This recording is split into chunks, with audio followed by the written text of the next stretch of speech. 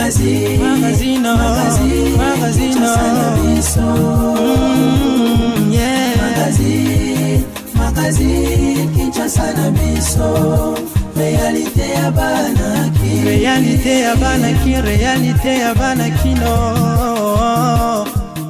week-end na Balandi magazine Kinshasa na biso zo lembate ko informer bino pe ko la kisabino ba voir réalité ya vie ya Kinshasa.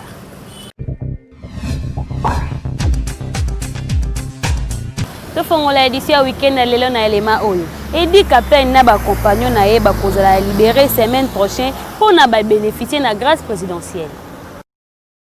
Ba bénéficiaire ya grâce présidentielle. Le colonel Edi Kapende na ba compagnon na ye mususu o bazalaka condamné na assassinat ya ex-président ya République Laurent Désiré Kabila bakobima na prison centrale ya Makala semaine prochaine. Ezali oyo maître Jean-Claude Katende a affirmé na interview moko akordaki na bandeko ya presse mokolo ya samedi 2 janvier 2021. Président ya Association africaine de défense des droits de l'homme ASADO azali ko confirmer que a discutaki personnellement na vice-ministre ya justice oyo na tournaye a confirmer ki pe information oyo pe a préciser que bakozala libanda semaine prochaine kasi etikali kaka quelques problèmes administratifs. Edi Kapende na ba compagnon na ye bazali kubima semaine oyo tozali kubanda ndenge a préciser ki vice-ministre ya justice oyo asalaki lokola proposition ngai moko na sololaki na ministre oyo a confirmaki yango. Donc semaine oyo tozali kubanda bakozala libanda ndenge Jean-Claude Katende alobaki. Condamné à la peine de mort, Edi Kapende na ba compagnon na ye bamonaki ba peine na bango kozala changé na mois de juin ya 2020 par ordonnance présidentielle. Ti sikoyo baye ko bénéficier na grâce ya chef de l'État Félix Tshisekedi Tshilombo. Et c'est ko rappeler que ancien garde du corps ya Mzee Laurent Désiré Kabila na ba compagnon na ye balekisi 19 ans na prison et sikawa pi bazalaka condamné depuis 2003 pour l'assassinat ya Laurent Désiré Kabila.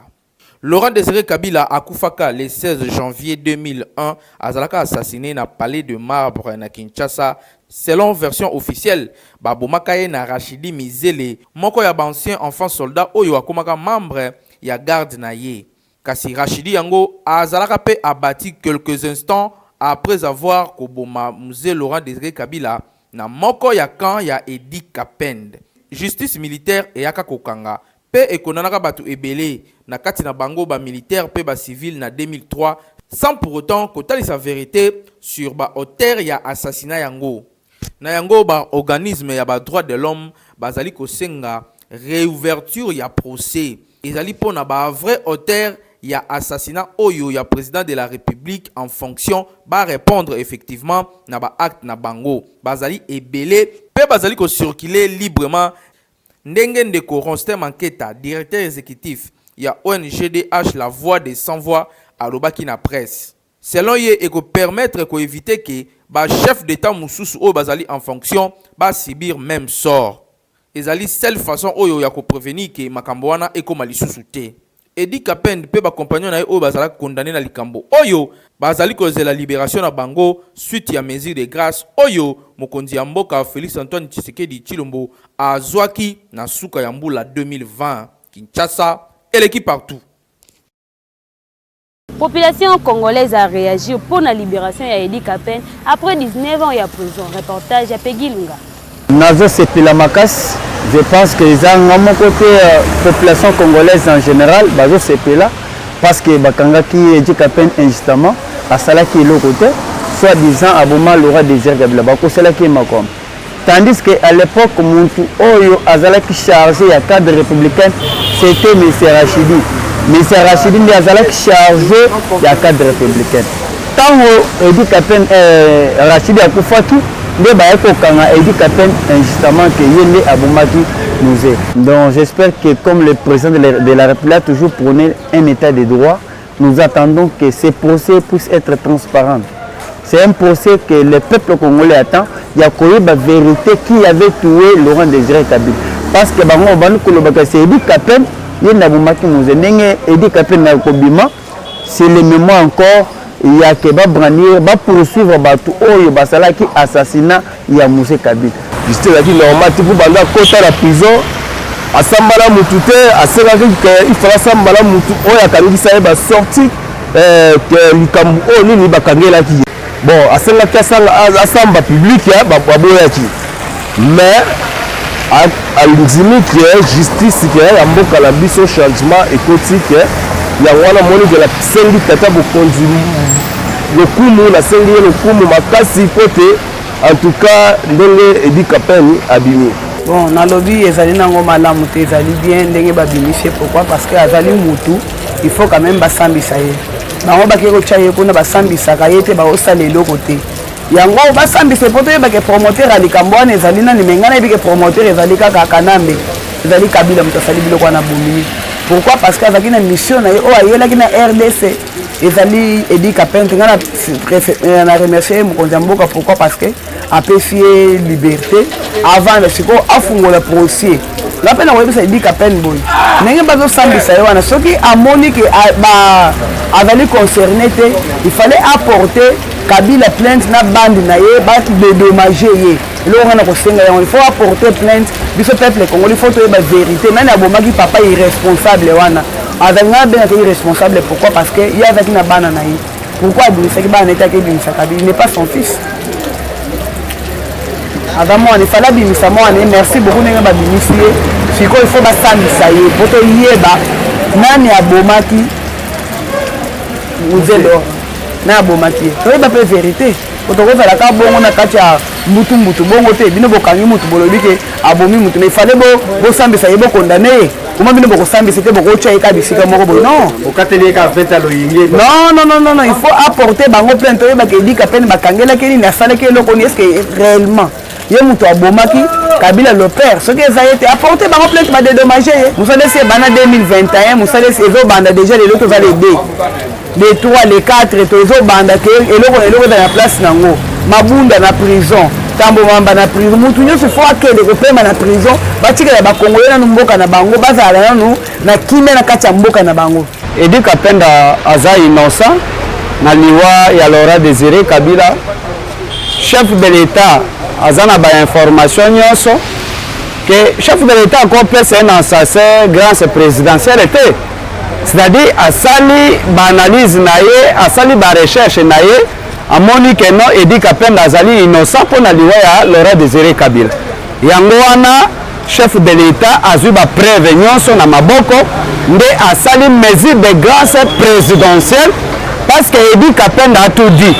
Edi Kapeni alobi ezali ye moto abomaki Laurent Désiré Kabila te mais bato babomaki Laurent Désiré Kabila bazalaki libanda bamosusu baye korejoindre ye na kati ya kasho bana nango oyo ye atangi ezali Vital Kamerhe ezali nani Jamar parce que Jamar nde moto azalaki président mpe azali président ya balibanais nyonso na RDC c'est-à-dire Jamar azali premier terroriste donc ya bashebab awa na Congo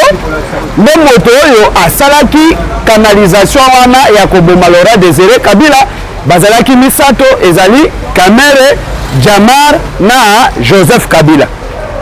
Donc Joseph Kabila aye kozwa kombo ya Joseph Kabila après liwa ya papa na ye mais à l'époque biso toyebi ye à partir ya guerre ya Afidel toya na bango toyebi ye na kombo ya Hippolyte Kanambe Kazembere. Colonel Edi Kapeni ayebinga très bien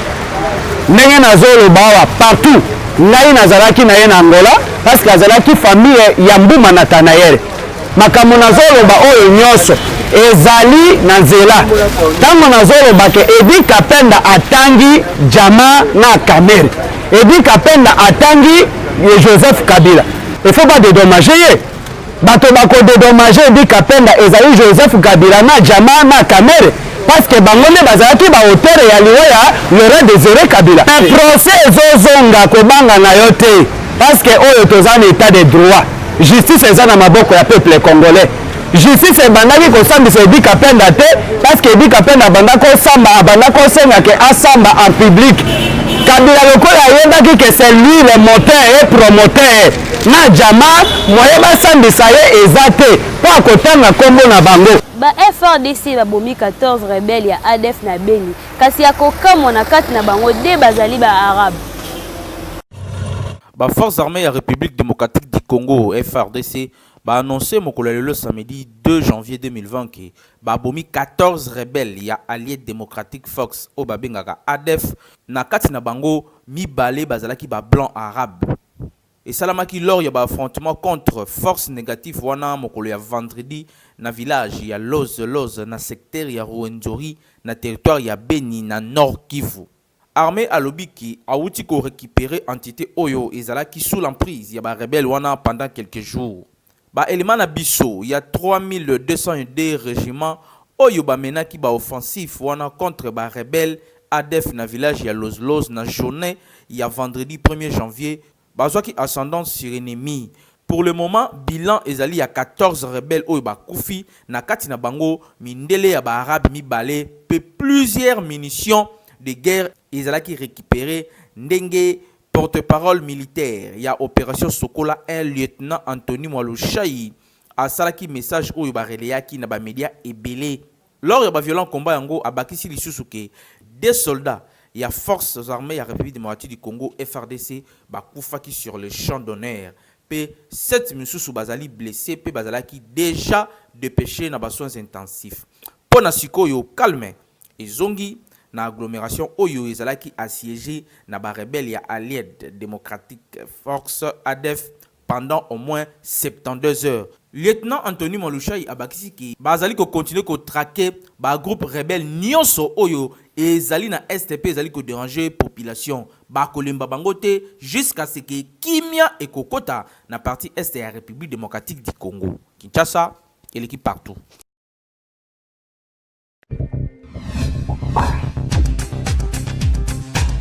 Jimou Kendile Coach a décidé à TIS pour atteindre l'objectif na bino ya 2021 puis à profiter pour présenter ba V na ba abonné na union sur la chaîne YouTube Jimou Kendile Coach. Bon la naie très attentivement. Bonne année à vous tous. Juste 2 astuces qui peuvent vous aider à bien évoluer en cette année 2021, c'est-à-dire cette année 2021 qui commence. Il est vrai que en 2020, il y avait beaucoup de contraintes liées qui n'ont peut-être pas permis à ce que vous puissiez évoluer dans votre business ou atteindre vos objectifs. Mais aujourd'hui, en 2021, il est possible, l'espoir est permis. Et aujourd'hui, je vais te donner juste des astuces. Essaye d'écrire tes objectifs sur papier ou sur ton téléphone et prends ces objectifs en photo. Et cette photo, tu le mets sur fond de ton écran. Chaque matin que tu te réveilles, tu lis tes objectifs et tu travailles en fonction de ces objectifs. Et alors, chaque jour, chaque heure, quand tu travailles, petit à petit, ton travail doit t'amener à ce que tu puisses atteindre ces grands objectifs. Et les objectifs, les victoires des jours, les victoires de semaine, les victoires de mois et les victoires, je ne sais pas moi,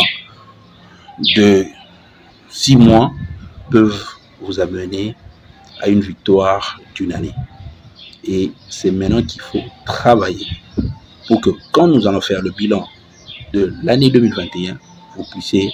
vous dire que j'ai atteint mes objectifs et j'ai réussi à ce que je faisais. Je vous souhaite toutes les bonnes chances. Passez une très bonne année 2021. C'était moi, Jimmy Nikendi, le coach, votre frère. Allez, à plus.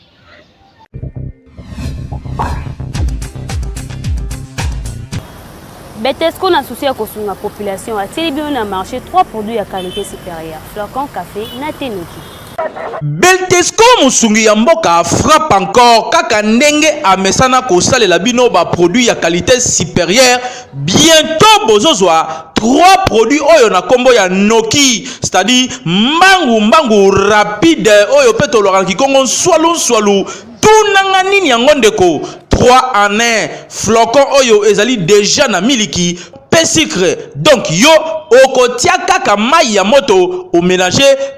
au lieu ezana goût ya danger ezana minéraux, protéines, calcium pe fibres alimentaires. Okanisi esili te lisusu 3 années ya café yepe aza déjà na café sucre pe crème somo ya suka te noki 3 années oyo tobengaka na Kinshasa awa ti yepe lisusu ndenge moko déjà aza na te sucre pe crème okosala yango ndenge nini zwa explication o déverser yango na tasse na yo café pe sachet na biso oyo eza sachet ya 20 grammes o déverser yango pe na kati ya tasse na yo noki flocon pe eza noki flocon 3 en 1 na 3 en 1 oyo tozoloba 3 en 1 eza nini na kati ya sachet oyo ya 90 grammes toza na flocon toza na miliki pe toza na sukali donc yo musala na yo ekosala juste ya kotanga notice na yo oyo eza na kati wana balobi ke il faut qu'on mélanger sachet oyo babiloko nyonso eza na kati ya sachet oyo na mai oyo eza kotoka ya 150 millilitres et puis obandi ko bouger mélange na yo wana pendant au moins 3 minutes ti mélange nyonso ekokoma makasi et puis olie yango. En tout cas, Betesco, vraiment mon souvenir mboka, mon côté na terrain, Kinshasa, et l'équipe partout.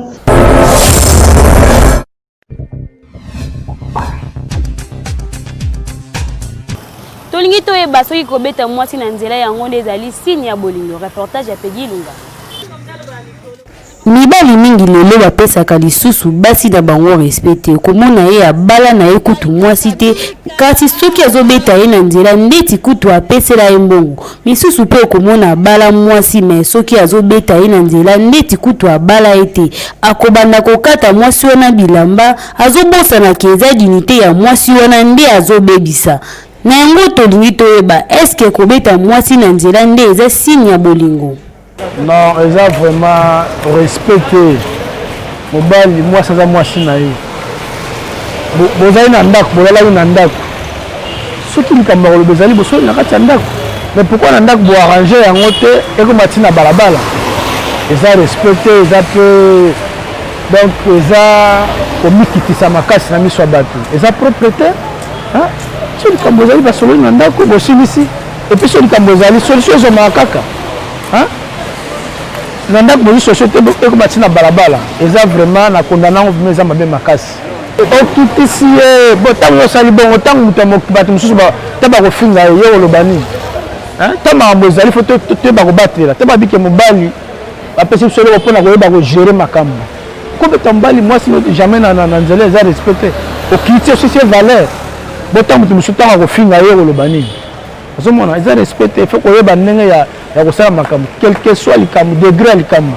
isaji okuti soki wapi fo koyeba kogere kobete na balabala te ntango obeti na balabala osisi valeur nyonso esili mobali ntango babi mobali fo koyeba kosupporte mobali eza kolata pantalon te fo koyeba kosupporte makambo yango bapesa biso eloko oyo koyeba kogere ozomona donc conseil eza ke non fo koyeba kogere ndako koyeba kogere makambo tu yango ndeki mobali eza pantalon te na chemise non koyeba kogere foyer na makambo tu oyo oya yango wanaki mobali donc fo mibali basala biloko wana fo batika yango eza bien te eza ma respect eza vraiment mabe makasi ezokondane yango bon eza sérieux te juste mwasi alataka nano bien elate na ye wana obeta ye boye bilambi okolonga tikali motakala en plus eza respect te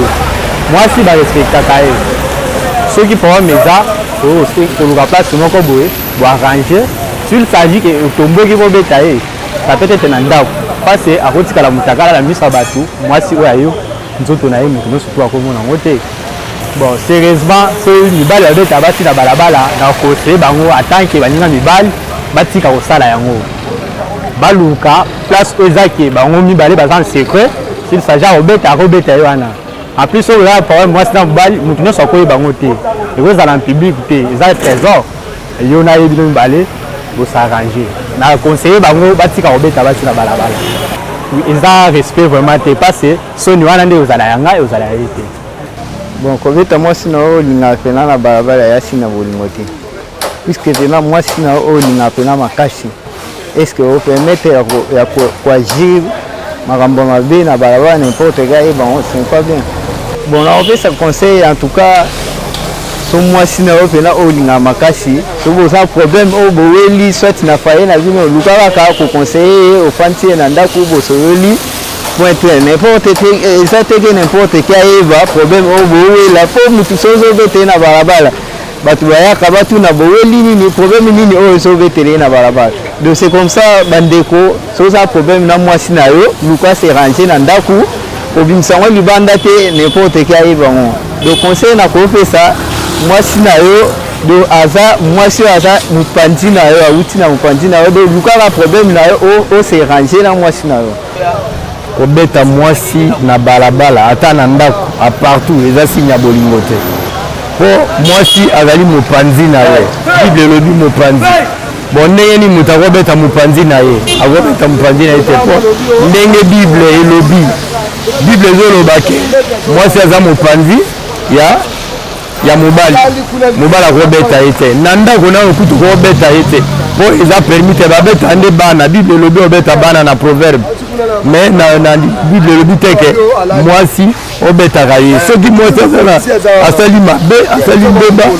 bateyaka ye koteya ou bien soit tokoko pesa ye punition mosusu moko obeta ye te meme na ndako nde koleka mabe lisusu na balabala wana eza bolingo te se kolikaka ye te mpo mwasi aza être faible akosala mabe ekokele obeta ye ti na balabala te mpo bilamba ekokatana libele ekomonana ekozala soni osala soni babetaka mwasi na bapo aza mutu lokola yo asalaka baerreur yo mpo osalaka baerreur yo osala baerreur babeta yo na balabala te tu mwasi oyo ya yo okobeta ye na balabala te eza permis te eza mpe mabe te eza epa na nzambe eza epa na mutu eza na leta partout to batika eloko wana libela batika yango soit bava na bacélibataire mpo mwasi aza être faible babetaka mwasi te kobeta mwasi na nzela eza signe ya bolingo te mpo soki olingi mwasi na yo okoluka obatela dignité na ye mpo kobeta mwasi na nzela eza kosambwisa ye mpe eza manke ya respect surtout soki obala ye te bandeko mibali oyo bosalaka bongo botika boyekola korespecte basi na bino mpo famille mpe baconnaissance na bino barespecte basi na bino soki olingi olakisa mwasi na yo ke olingi ye luka osala te eloko mosusu kasi kobeta ye wana nde eza mabe mpo mwasi aza lokola fleur Kinshasa eleki partout.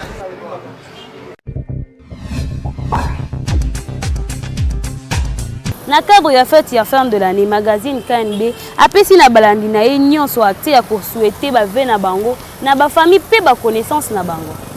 D'abord on va présenter d'abord la Dieu créateur tout puissant et puis d'apesi le chef de l'État et puis l'ensemble du gouvernement na bana ko mobimba ko. Et j'en profite aussi la pesi mama bana na wai seroi et puis na bana nyosto. Boso ta pasteur na ngani atso kitambala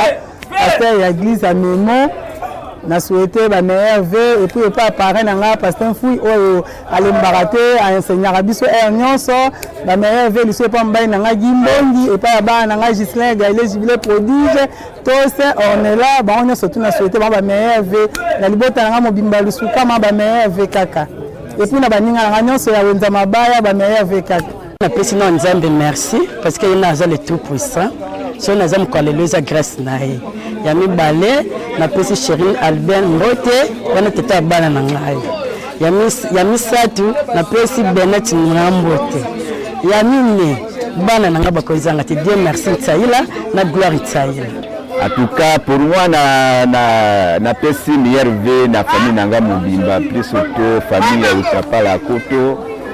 Et puis esika nyonso bato na ngai oyo ngai asolaka na bango na bandeko na ngai ya wenze awa esika totekaka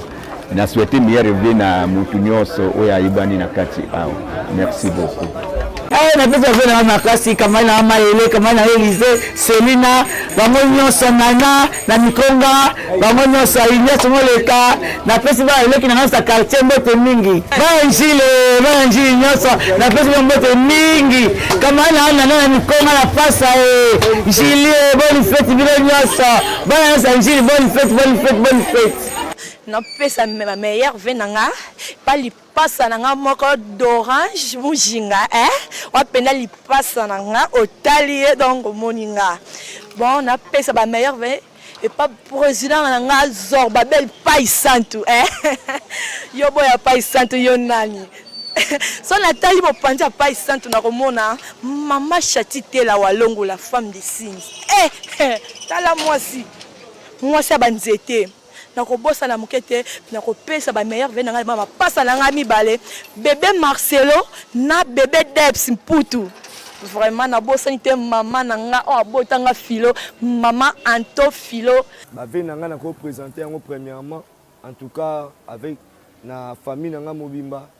famille di Kentos donc chez la 020 balifanto ba nanga et ainsi de suite pe na ba continue nanga en tout cas madame Déborah son excellence monsieur Yves Ekombolo son excellence aussi donc c'est moi belé on représenter ba fait nanga na batutu donc avec toutes des bonnes choses na baninga nanga na ba collègues nanga pesi sous ba fait nanga mingi avec toutes mes respects na coach nanga coach Widjo El Widjo na pesi ba fait belé na pesi sous ba fait belé dans Universal Sécurité ba collègues nanga on est ensemble tout d'abord. Mes meilleurs vœux, nazali ko présenter ba vœux le meilleur na d'abord na moi si na ngai ma chère femme Mamba Marianne nazali ko présenter mes vœux le meilleur na bana na ngai mwana na ngai liboso Pami Kulunga Isenu Kulunga Tegra Kulunga Irlene Kulunga Récite Kulunga nazali ko présenter mes vœux na grand frère na ngai Pide nazali ko présenter ba vœux na ngai et puis ya petit frère na ngai petite sœur na ngai na Brazzaville Ngalu Mireille Njimbo nazali ko présenter ma vœux na ngai et puis ya petite sœur na ngai Tantine Fumonjimbo Masoji Fumonjimbo et puis José Fumunjimbo et puis petit frère Landi na ko bossa na été Malenga Njimbo.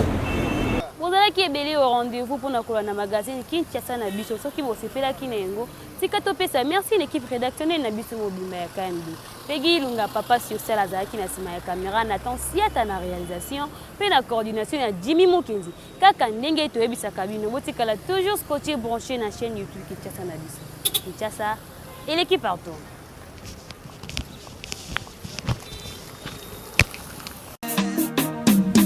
Magazine, Kinshasa na biso.